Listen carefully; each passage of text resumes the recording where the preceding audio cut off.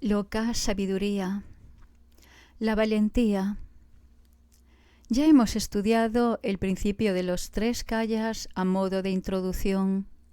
Ahora estudiaremos a Padmasambhava como representante de la loca sabiduría, por oposición a cualquier otra posible manifestación de un Vidyadhara. Podríamos decir que lo excepcional de la loca sabiduría en el caso de Padmasambhava es la realización súbita. Los 8 aspectos de Padmasambhava no constituyen un proceso lineal, sino que son simultáneos. En realidad, la expresión tradicional se refiere a los 8 nombres de Padmasambhava y no a sus 8 aspectos. ¿Cuál es el principio del nombre? ¿Por qué hablamos de nombre y no de aspecto? El término aspecto se refiere normalmente a una diferencia en el plano fundamental del ser. Podríamos referirnos al aspecto paterno de un hombre, a su aspecto docente o a su aspecto ejecutivo. Detrás de esta acepción tradicional está la idea de un cambio que acompaña cada uno de los roles. Esta idea corriente de los diferentes aspectos implicaría que Padmasambhava se transformó, que se conectó con distintas partes de su ser o que se manifestó de distintas maneras, nada de lo cual se aplica a Padmasambhava. En cambio, los diferentes nombres se relacionan más bien con las actitudes de sus discípulos y otros seres frente a él. Tienen que ver con las diferentes maneras en que los demás perciben a Padmasambhava y no con cambios que se producen en él.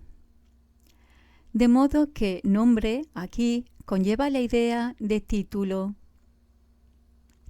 La expresión tibetana es Guru Sengye, los 8 nombres del Gurú. Sen es un término honorífico tibetano que significa nombre. Algunos pueden percibir en Padmasambhava una figura paterna. Otros pueden ver en él a un hermano y otros a un enemigo. Estos puntos de vista, basados en percepciones externas, son el origen de los 8 nombres de Padmasambhava. Sin embargo, su única manifestación es la loca sabiduría.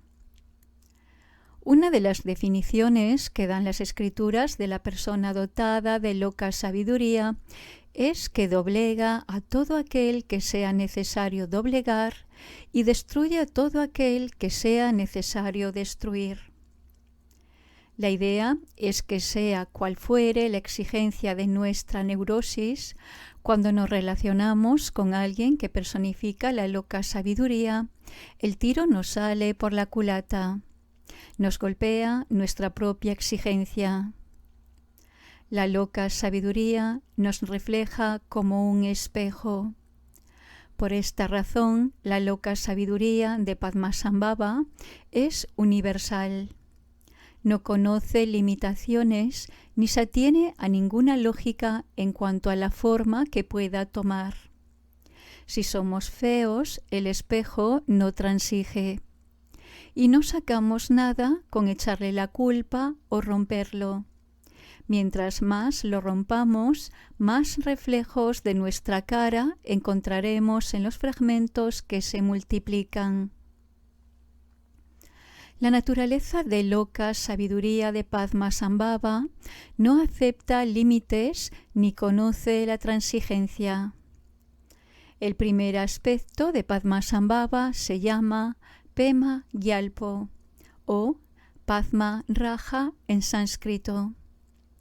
Padma Raja nació en la región del Himalaya entre India y Afganistán, en un lugar que antaño se conocía como Odiyana y que hoy se llama Swat. S-W-A-T. Era un sitio muy hermoso, rodeado de sierras nevadas. Toda la zona parecía un parque diseñado por el hombre. Había lagos y lagunas llenas de lotos. El aire era fresco y el clima ideal. Uno de los lagos, llamado Danakosa o Sindhu, estaba cubierto de hojas y pétalos de loto. En él había un loto extraordinariamente grande que no obedecía al ciclo habitual de las estaciones. Apareció a comienzos del año del mono y siguió creciendo sin cambiar con las estaciones. Llegó el invierno, luego la primavera, el otoño y el verano, y el loto no se abría nunca. El 10º día del 10º mes del año del mono, el loto se abrió finalmente. Dentro de él había una criatura preciosa, sentada en el cáliz de la flor. Parecía un niño de 8 años. Su aspecto era muy digno y manifestaba mucha curiosidad. Las abejas y los pájaros rodearon a aquel hermoso niño para alabarlo. Se oía una música sin músicos que la tocaran. Toda la comarca estaba bañada en una sensación de plenitud, de salud y de misterio. El niño daba la impresión de ser un príncipe muy bien cuidado. ¿Cómo era posible? No sentía miedo y parecía divertirse con todo lo que le rodeaba, con una fascinación constante por el mundo externo. Así nació Padmasambhava. Lo importante aquí es la cualidad infantil de Padmasambhava. Era una criatura vieja, lo que evidentemente es una contradicción. Una hermosa criatura adulta, una criatura sabia y fuerte, una criatura que no se alimentaba de leche ni de sustancia alguna, que vivía solo del aire. Por esa cualidad juvenil se le conoce por Padma Raja, el príncipe del loto. Nosotros también tenemos ese elemento juvenil, esa maravillosa cualidad infantil. Todo lo que sentimos a lo largo de nuestra vida, el deseo, la pasión, la agresión y todo tipo de neurosis, se parece al fango que rodea las raíces del loto en el fondo del lago. No obstante, siempre surge de ellas algo fresco. Nuestro aspecto infantil empieza a germinar y es absolutamente joven, juvenil y curioso. La curiosidad propia de ese aspecto infantil no es malsana, es una curiosidad esencial. Queremos conocer a fondo el dolor, queremos conocer a fondo la alegría, por lo tanto, nos parece natural actuar así. Este es el aspecto de Padmasambhava que se manifiesta en nosotros. Podríamos llamarlo naturaleza búdica o realización fundamental. Nos gustaría coger un juguete, manosearlo, examinarlo por todos lados, dejarlo caer, golpearlo, hacerlo pedazos, desarmarlo y volver a armarlo. Siempre actuamos así, igual que una criatura. Ese aspecto juvenil es la cualidad de la realización. Cuando la gente habla de realización, suele pensar en una persona vieja y sabia. Se les ocurre que un ser realizado es alguien que ha ido adquiriendo experiencia con la edad y por lo tanto también sabiduría. Lo imaginan como un erudito que ha almacenado cientos de millones de datos. Eso hace que sea un viejo sabio, fidedigno y bueno, un ser realizado. Pero desde el punto de vista de la loca sabiduría, la realización es algo completamente diferente. No tiene mucho que ver con ser viejo y sabio.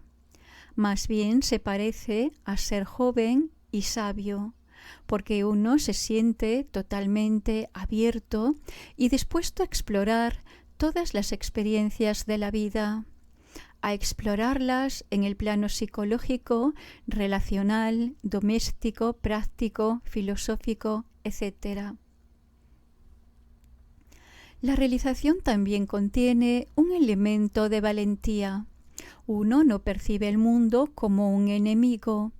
No cree que el mundo lo va a atacar si no se cuida. Por el contrario, le encanta explorar el filo de la navaja. Uno es como un niño que, por casualidad, agarra una navaja untada en miel. Al lamerla, descubre simultáneamente el sabor dulce y la sangre que le gotea de la lengua. Desde el punto de vista de la cordura de la loca sabiduría, vale la pena explorar la simultaneidad del dolor y el placer. Esta característica de Padmasambhava está simbolizada por un joven príncipe. Es la esencia misma de la despreocupación, acompañada no obstante de un gran interés por todo, de un vivo deseo de aprender y explorar. Es probable que la palabra aprender no sea la más adecuada. No se trata de aprender en el sentido de juntar información, sino de absorber lo que sucede alrededor de uno y de relacionarse continuamente con eso. Este tipo de aprendizaje no tiene nada que ver con aprender cosas pensando que algún día uno podrá usarlas para defenderse. Uno aprende porque siente placer al hacerlo. Aprender es algo fantástico. Es como los niños cuando juegan, descubren juguetes en todas partes. Y no juguetes didácticos, sino cosas que encuentran por azar. Padmasambhava nació de un loto, sin padre ni madre, porque no necesitaba educación. No necesitaba padres que le enseñaran a ser un adulto responsable y sensato. Dicen que cuando nació del loto tenía ya 8 años, pero igualmente podríamos decir que tenía 80. La edad no importa. Cualquiera que fuera su edad no dejaría de ser una criatura joven o más bien una criatura vieja. Viene a ser lo mismo.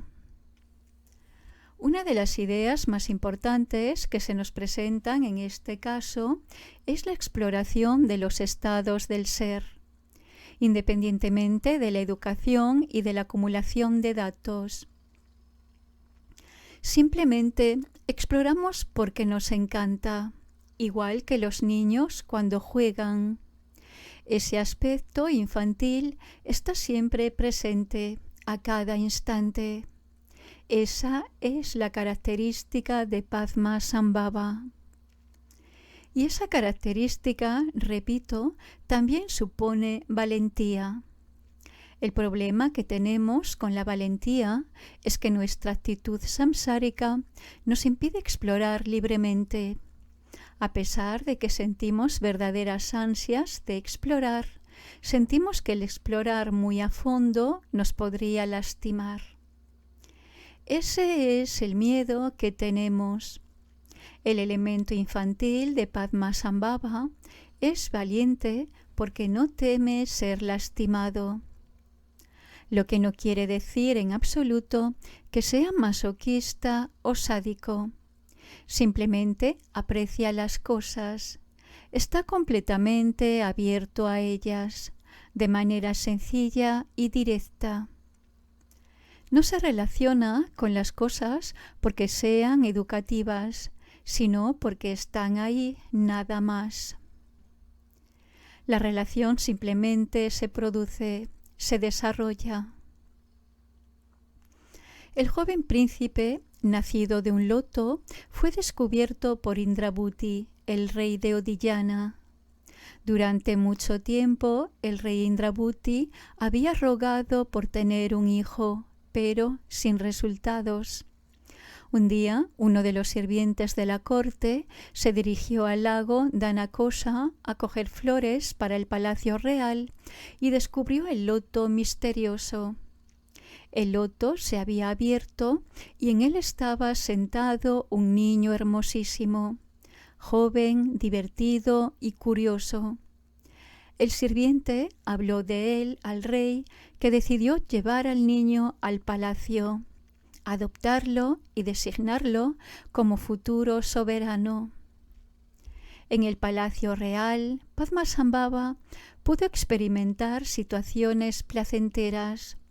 Sin embargo, pasado cierto tiempo, los manjares, las riquezas y las cosas agradables empezaron a aburrirle. Indrabhuti decidió que Padmasambhava debía casarse con la hija del rey de un territorio vecino para tener una compañera de juegos.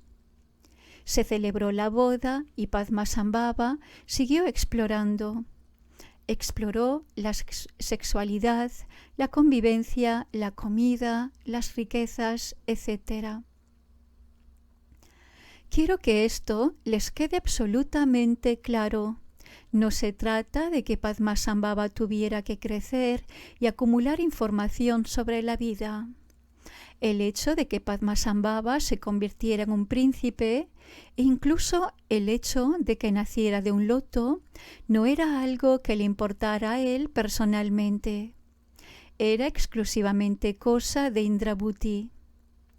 Indrabhuti se había inventado su propia versión de Padmasambhava y creía que éste precisaba de alimentos, ropa y la compañía de mujeres.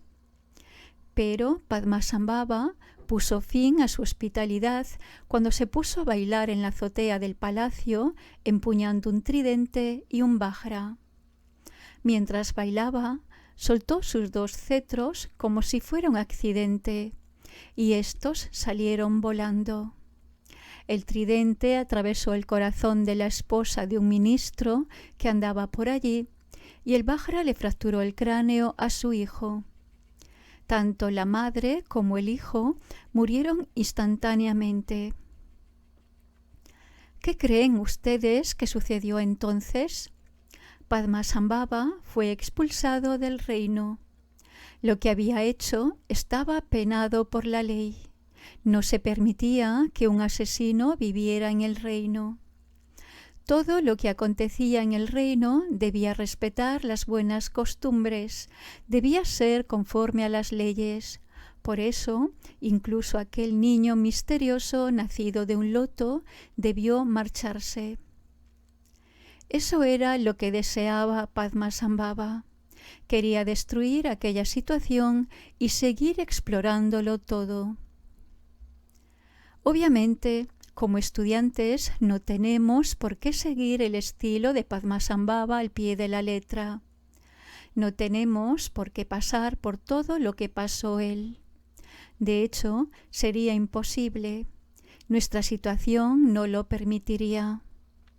Sin embargo, su manera ejemplar de relacionarse con la pasión y la agresión es extremadamente interesante. Valdría la pena conocerla y explorarla más a fondo. Claro que nuestra capacidad de exploración depende de nuestra valentía. Nuestro grado de valentía debe ser, como quien dice, el velocímetro de nuestra cordura, que nos indica hasta dónde podemos ir. El estado despierto es algo que vislumbramos y en la medida en que lo vislumbramos podemos avanzar. Como dicen las Escrituras, una persona corriente no debe actuar como un yogi. Un yogi no debe actuar como un bodhisattva. Un bodhisattva no debe actuar como un siddha. Y un siddha no debe actuar como un Buda. Si traspasamos nuestros límites, si decidimos arrebatarnos y andar por ahí como desaforados, nos haremos daño. Recibiremos una respuesta, un mensaje muy potente. Si vamos más allá de nuestros límites, la situación se vuelve destructiva. Por lo tanto, la loca sabiduría no consiste en actuar impulsivamente, con desenfreno. Más bien se trata de establecer una relación con el miedo. Nuestra capacidad de exploración depende de nuestro esfuerzo por trabajar con el miedo fundamental, no por conquistarlo. Si sabemos hasta qué punto hemos enfrentado nuestro miedo fundamental y actuamos en función de eso, no iremos más allá de nuestros límites. Curiosamente, se podría decir que la loca sabiduría es muy prudente y cobarde. La cobardía da origen a la loca sabiduría. La valentía nace de la cautela. La loca sabiduría es diferente de todas las demás nociones del camino que hemos examinado en otros contextos. Por ejemplo, en el camino del Bodhisattva, uno va creciendo y adquiriendo madurez al pasar del primer bhumi al segundo y así sucesivamente hasta llegar al 10º y por último al 11º, que es la realización. Las enseñanzas sobre el camino del Bodhisattva se relacionan con el ir envejeciendo, acumulando años y experiencia. Uno va coleccionando paramita tras paramita. Acumula información, desarrolla su inteligencia, va creciendo cada vez más y al final termina siendo un gran erudito y también en cierta medida un gran Buda. Pero en el caso de Padmasambhava no se considera que la budeidad y la realización se produzcan porque uno haya ido acumulando cosas y experiencias. El estilo de Padmasambhava consiste simplemente en enfrentarse a las situaciones de la vida como una criatura que llegó a la vida espontáneamente y en estar dispuesto a seguir siendo siempre un niño. Una de las expresiones que se usan en la tradición del Mahā'ati para describir este principio es Sonu Punku, el joven príncipe en un jarrón. El jarrón representa una situación embrionaria. De hecho, no solo embrionaria, sino también juvenil. Romper el jarrón equivale a invertir el proceso del Trikaya. Uno ha llegado al Dharmakaya y cuando se rompe el jarrón, baja al Sambhogakaya y al Nirmanakaya y regresa a la tierra. La serie de imágenes del boyero usadas en el budismo zen ilustran un proceso similar. Cuando uno llega al punto en que ya no hay buey ni boyero, regresa al mundo. El punto crucial aquí es ese aspecto juvenil del estado realizado del ser. El elemento juvenil es la inmediatez de la experiencia, su aspecto exploratorio. Nos podríamos preguntar si acaso tanta exploración no terminará por envejecernos, por avejentarnos. La exploración exige mucho esfuerzo. ¿No podría sucedernos lo del viajero que envejeció en su viaje? Desde el punto de vista de la loca sabiduría, esto no sucede. La exploración no implica esfuerzo alguno. Es posible que tengamos que repetir lo mismo una y otra vez, pero cada vez le descubrimos nuevas facetas y eso nos rejuvenece. El descubrimiento se relaciona con una energía que nos nutre constantemente y hace que nuestra vida llegue a ser plena y sana. La salud aumenta con cada exploración. Volvemos a sentir una y otra vez que estamos al día en nuestra vivencia del mundo, de la vida. Por lo tanto, todo se transforma en un constante proceso de rejuvenecimiento. A estas alturas, Padma Raja, ese niño tan hermoso, ha sido expulsado del reino y vaga por los arrabales de la ciudad de Indrabhuti, recorriendo terrenos baldíos y campos crematorios poblados de culebras venenosas y tigres. Hagamos ahora una pausa en el relato. Pregunta. El príncipe en el jarrón ya posee la cualidad de Dharmakaya. Cuando uno rompe el jarrón, ¿comienza a regresar al Nirmanakaya? Trungpa Rinpoche. Sí, el Trikaya se invierte. Pregunta. Cuando Padmasambhava nació, ¿ya era Dharmakaya? Trungpa Rinpoche. Sí, luego regresó a la tierra. La fuerza de gravedad es la compasión. Cuando uno es Dharmakaya, no puede simplemente quedarse allí.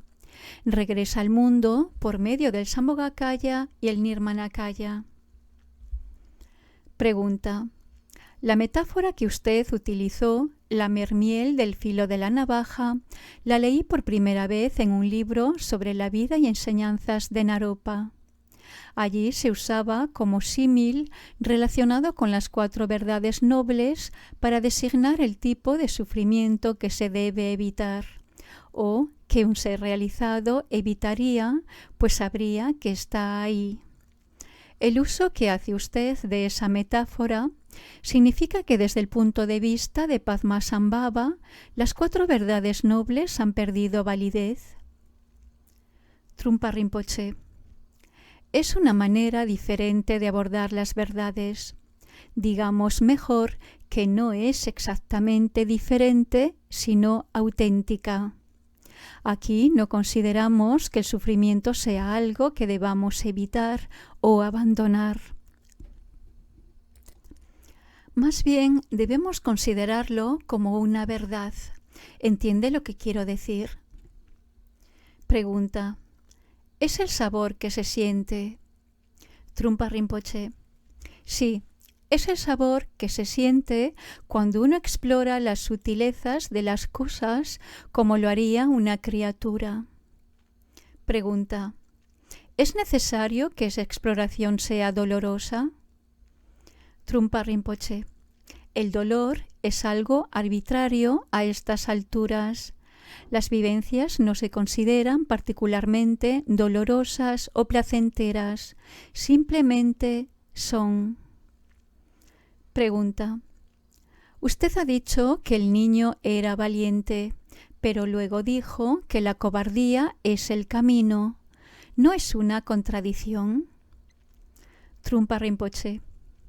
Ambas cosas vienen a ser lo mismo a estas alturas. Uno es valiente porque no sobrepasa ciertas limitaciones. Uno es valiente tal cual, y por eso es cobarde al mismo tiempo. Tal vez sea muy difícil entenderlo. No sé si me estoy explicando bien. Pregunta. Quiero preguntar lo mismo. Cuando usted dice que depende de nosotros, me da la impresión de que tenemos una alternativa con respecto a nuestras limitaciones, casi como si las hubiéramos creado nosotros mismos. Trungpa Rinpoche. No veo por qué no, puesto que sus limitaciones son sus limitaciones. Pregunta.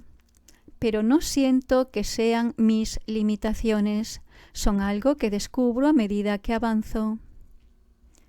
Trungpa Rinpoche. Bueno, pero usted fue quien tuvo que descubrirlas, así que usted las fue creando a medida que avanzaba. Pregunta. ¿Quiere decir que si yo hubiera querido, podría haber descubierto otras limitaciones en vez de estas? Trungpa Rinpoche. Exacto, de eso se trata precisamente. Pregunta. Pero, ¿Qué saca uno con sobrepasarlas? Me pareció entender que, según la loca sabiduría, es mejor no hacerlo. Trungpa Rinpoche: es cierto.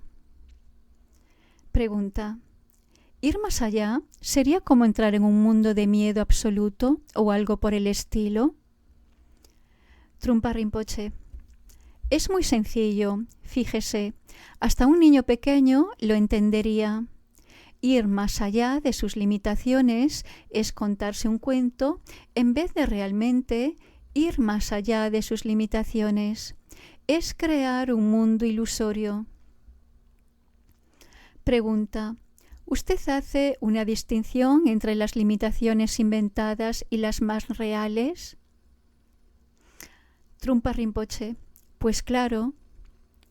Pregunta: ¿y uno no debería tratar de superar las más reales? Trungpa Rinpoche: haga lo que haga, no podrá superarlas. Son reales. No es posible, no puede jugar con ellas. Estaría yendo más allá del límite de sus fuerzas. Pregunta: entonces, ¿no hay ningún peligro de que uno se pase de sus límites naturales? Trungpa Rinpoche: bueno, por lo general, uno tiende a explorarlos. Pregunta: ¿cuál es la diferencia entre explorarlos y sobrepasarlos? Trungpa Rinpoche: la diferencia está en que cuando uno los sobrepasa, se lastima, recibe un mensaje.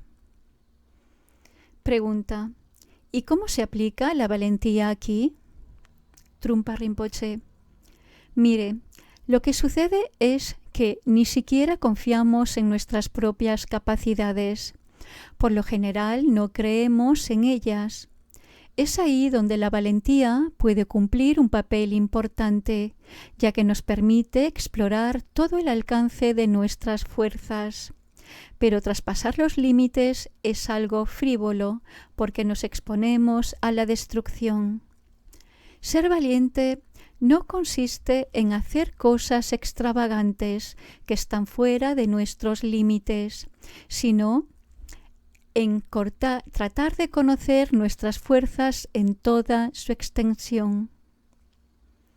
Pregunta: ¿qué impediría que una persona valiente siguiera explorando más allá de sus fuerzas?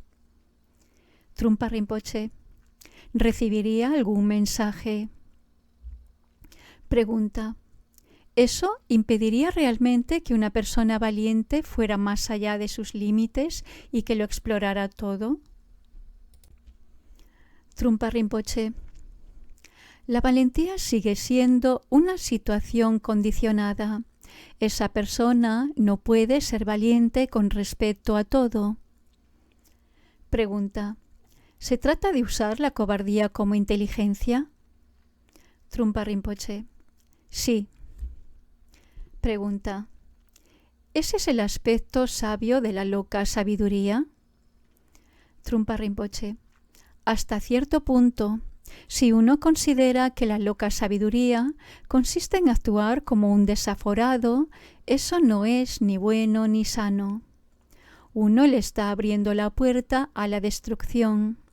Lo que piensa la gente normalmente es que para actuar de manera desmedida hay que forzarse más y más. Pregunta: yo diría que los límites presuponen una estructura que es independiente de uno mismo, una estructura hecha de límites externos, más allá de los cuales uno no debería realmente atreverse a ir. Trungpa Rinpoche: no exactamente, depende de nuestra relación con la estructura. Pregunta: lo que deduzco de todo esto es que deberíamos tratar de estar conscientes de nuestras limitaciones para no tratar de sobrepasarlas y no lastimarnos. Trungpa Rinpoche: no exactamente, la idea es ser cauteloso. Pregunta: ¿cómo sabe uno si está siendo cauteloso? Pienso que se trata precisamente de eso. ¿Cómo sabe uno cuándo debe retirarse y cuándo debe seguir adelante? Trungpa Rinpoche: uno debe establecer un vínculo con lo que está sucediendo. Cuando uno empieza a notar una actitud engañosa, como el pensar, quizá debería intentar hacer algo mejor, quiere decir que siente miedo, porque nunca antes se ha atrevido a entrar en esa zona. Le llega una advertencia que proviene del autoengaño. Pregunta: ¿cómo hacer para estar consciente de ese autoengaño? Trungpa Rinpoche: es muy obvio. Uno es quien mejor se conoce. Uno es la persona más cercana que tiene. Sabe cuándo se está engañando y cuándo está siendo sincero. No hace falta demostración. Es un acuerdo que uno tiene consigo mismo. Pregunta: sin duda, resulta muy útil tener a un maestro que lo aliente en ciertos sentidos. Trungpa Rinpoche: eso es algo que ya existe en usted. Usted ya tiene la posibilidad de redescubrir sus propias fuerzas y flaquezas. Es imposible tener un maestro que viva con uno, que lo siga a todas partes y se acueste en la misma cama. El maestro no puede estar siempre ahí para guiarlo. Para eso está el autoengaño. Pregunta: ¿el karma empieza a formarse en el Dharmakaya? Trungpa Rinpoche: existen distintas opiniones filosóficas que corresponden a diferentes escuelas. Hay quienes dicen que el karma aún no se desarrolla en el Dharmakaya, mientras otros sostienen que el Dharmakaya ya contiene karma porque el Dharmakaya es una entidad separada y tiene un lazo de lealtad con el Nirvana. Longchen Rabjan, el gran maestro del Mahā'ati, decía que el karma ya se había desarrollado en el Dharmakaya. Por lo tanto, nuestra escuela también diría lo mismo. El Dharmakaya nos aporta un mensaje de cordura por la locura que ya existe en nosotros. Es una acción relacional. Ya se ha producido una acción relacional. En otras palabras, ya se ha desarrollado el torno del alfarero del segundo Nidana. Pregunta: ¿por qué eligió Padmasambhava un medio tan dramático para expresar su insatisfacción con la vida de palacio? ¿Por qué tuvo que lanzar el tridente y el vajra, traspasando un corazón y partiendo un cráneo? ¿No le bastaba con irse? Trungpa Rinpoche: irse suena a derrotismo. Si se hubiera marchado sin avisarle a nadie, esperando que alguien descubriera su ausencia, habría sido como el acto de una persona muy transparente que huye sencillamente porque le tiene miedo a la comunicación. Pero Padmasambhava no tenía ni un pelo de discreto. Pregunta: ¿el miedo es algo más que las proyecciones? Trungpa Rinpoche: el miedo es a la vez mensaje y radar. Generalmente se da en una situación relacional. No es algo absoluto. No es independiente del dualismo. Yo diría que la loca sabiduría considera el miedo no solo como un desajuste, sino que se da cuenta de que es algo inteligente. El miedo contiene su propio mensaje. Merece nuestro respeto. Si descartamos el miedo como un obstáculo y no le prestamos atención, podemos tener un accidente. En otras palabras, el miedo es un mensaje muy sabio. Pregunta: mi experiencia del miedo es que parece ser una manifestación verdaderamente extrema de mi confusión. Cada día compruebo que es una mentira y una trampa. Una tremenda trampa que me chupa energía. Trato sencillamente de no quedarme atrapado en el impulso del miedo. Trungpa Rinpoche: lo que sucede es que uno no puede burlar el miedo, ni tampoco lo puede amedrentar. Tiene que respetarlo. Uno puede tratar de convencerse de que no es real, de que es falso, pero esa manera de actuar es bastante dudosa.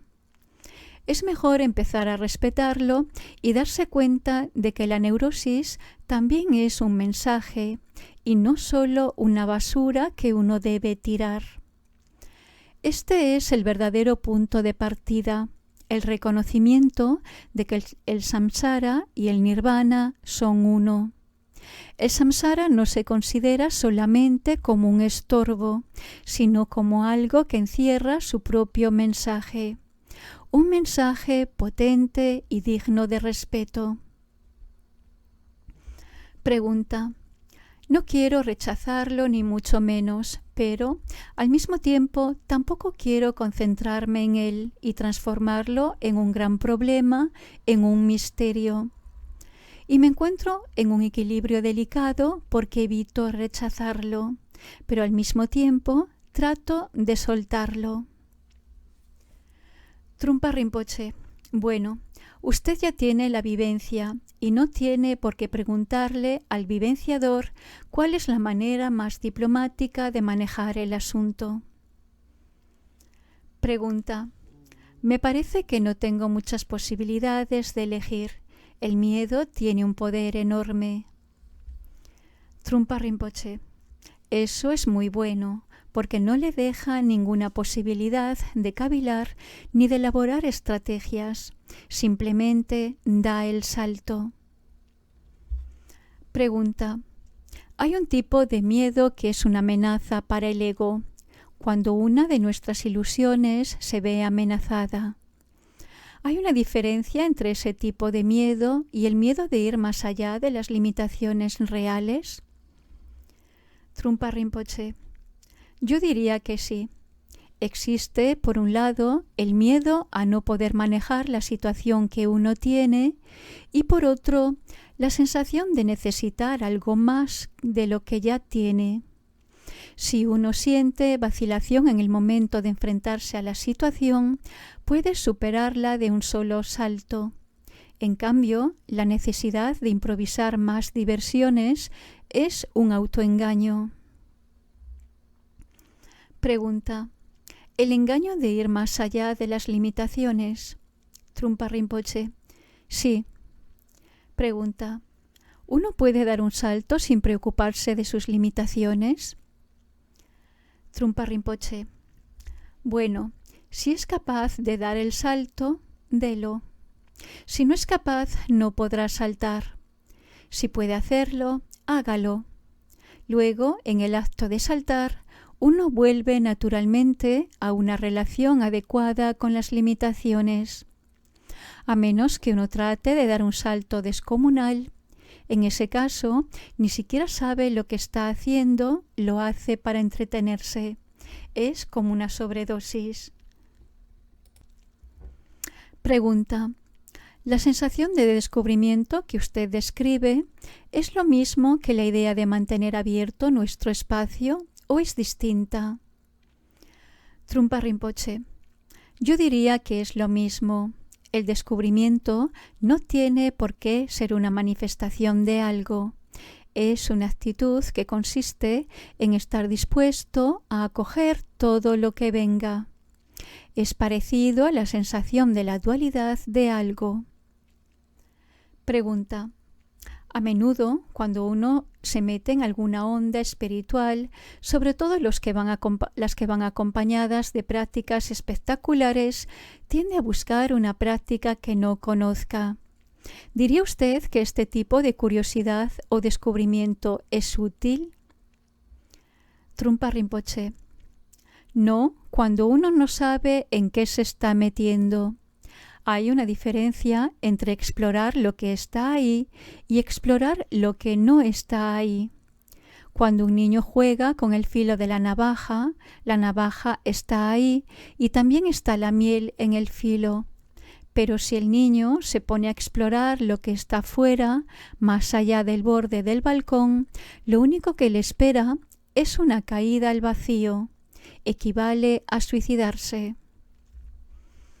Pregunta. Cuando se alcanza la loca sabiduría, ¿por qué algunos se convierten en el loco de Sang y otros en alguien como su gurú?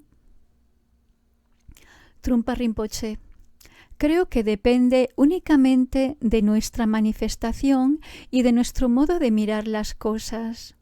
Se trata de saber si estamos preparados o no lo estamos. Al loco de Sang lo escuchaba mi gurú, mientras que a mi gurú lo escuchaba yo. En aquella época yo no era muy loco, por lo tanto, él tampoco lo fue. En cambio, el loco de Sang se mostró muy loco porque mi gurú era lo suficientemente loco como para entenderlo.